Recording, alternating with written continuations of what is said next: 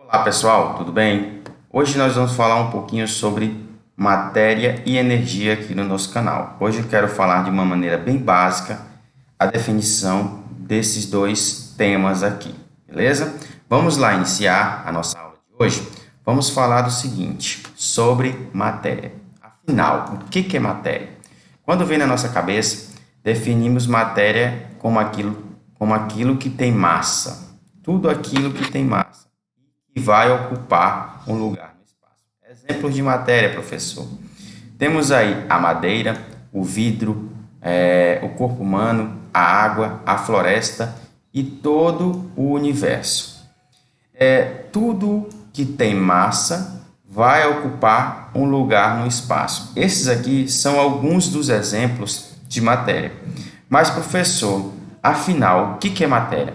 Matéria, pessoal, é todo o material físico do universo que vai possuir massa. Tranquilo? Joia, tá aí? Tá fácil, né? Agora a gente vai para definição de energia. Afinal, o que é energia? Pessoal, vou dar uma definição bem simples. Energia é tudo aquilo que se realiza trabalho. Realizou o trabalho é energia. Ok? Beleza? Vamos seguindo até aí. Beleza. Com isso, pessoal, a matéria ela pode ser constituída por elementos químicos, ou seja, ela vai ser formada por elementos químicos. Uma determinada quantidade de átomos vai formar ali um determinado elemento químico, certo? E aí vai fazer a constituição da matéria. Um elemento químico ele pode ser formado por átomos que vão ter o mesmo número atômico. A matéria ela pode ser composta por unidades microscópicas que são chamadas de átomos e moléculas. Os átomos eles vão ter um sistema energético estável, eletricamente neutro, que vai consistir em um núcleo denso positivamente carregado envolvido por elétrons. Ah, professor, como assim? Lembrem lá, aqui eu vou ter a representação do átomo moderno. Eu vou ter a eletrosfera. Aqui eu vou ter o núcleo, onde vai ter os prótons e os nêutrons, certo? E aí, nessa eletrosfera, eu vou ter os elétrons, que são as cargas negativas. E no núcleo eu vou ter a carga positiva e a carga neutra. De outra maneira, pessoal, eu vou até desenhar aqui para vocês o seguinte. Vamos dizer, eu vou desenhar umas bolinhas aqui, ó.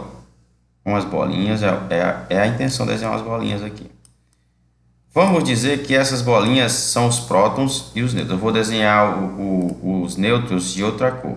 Desenhar ele de verde, certo? Vamos dizer que os nêutrons estão aqui para equilibrar a carga, certo? Aqui é o núcleo, certo? Onde ele vai ser carregado positivamente. E ele vai ter que ter o quê? A eletrosfera. Eu vou desenhar a eletrosfera com a cor preta. Ó, a eletrosfera é isso aqui. Não tá bonitinho não, mas dá para entender. Ó, a eletrosfera é isso aqui. Deixa eu desenhar aqui. A eletrosfera, ela vai ter os elétrons aqui. Ou seja, ela vai ter as cargas negativas. Eletro, né? Onde vai estar os elétrons, eletrosfera. Certo? E aí, você vai observar que essa aqui vai ser a representação do átomo moderno, né? Que quando você tem um conjunto de átomos, você vai formar um determinado elemento químico. E aí podemos falar que a matéria ela é constituída por elementos químicos. Ah, professor, mas por que você desenhou isso aí? Só para demonstrar aqui para vocês, ó.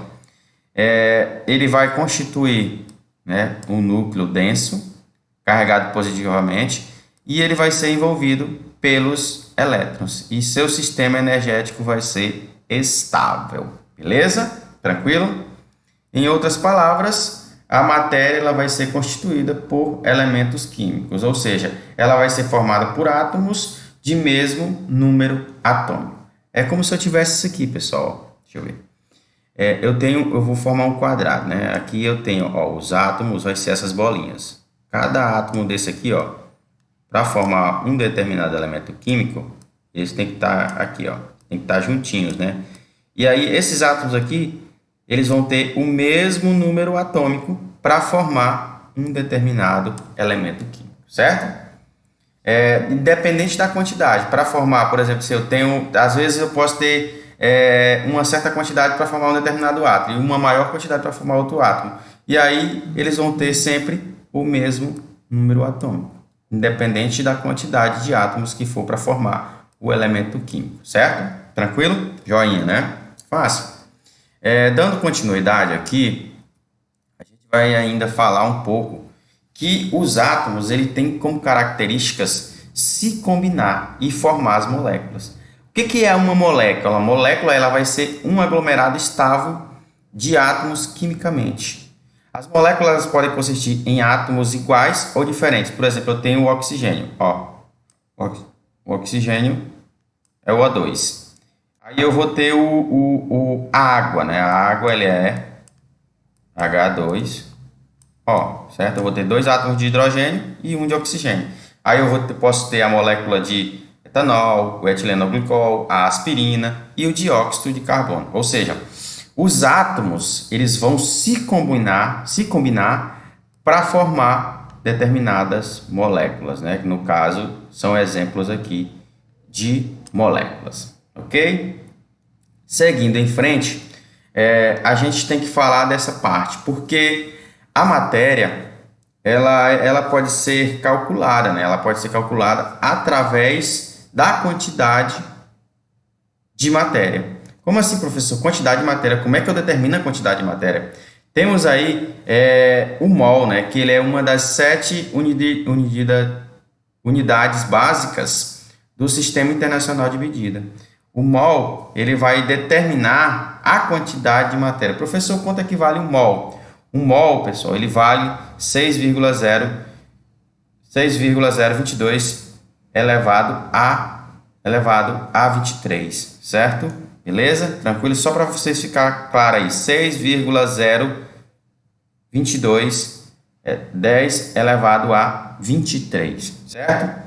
Eu posso falar que um mol é igual, deixa eu botar aqui, um mol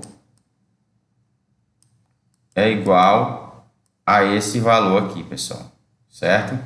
Qual é a unidade que eu utilizo para determinar a quantidade de matéria?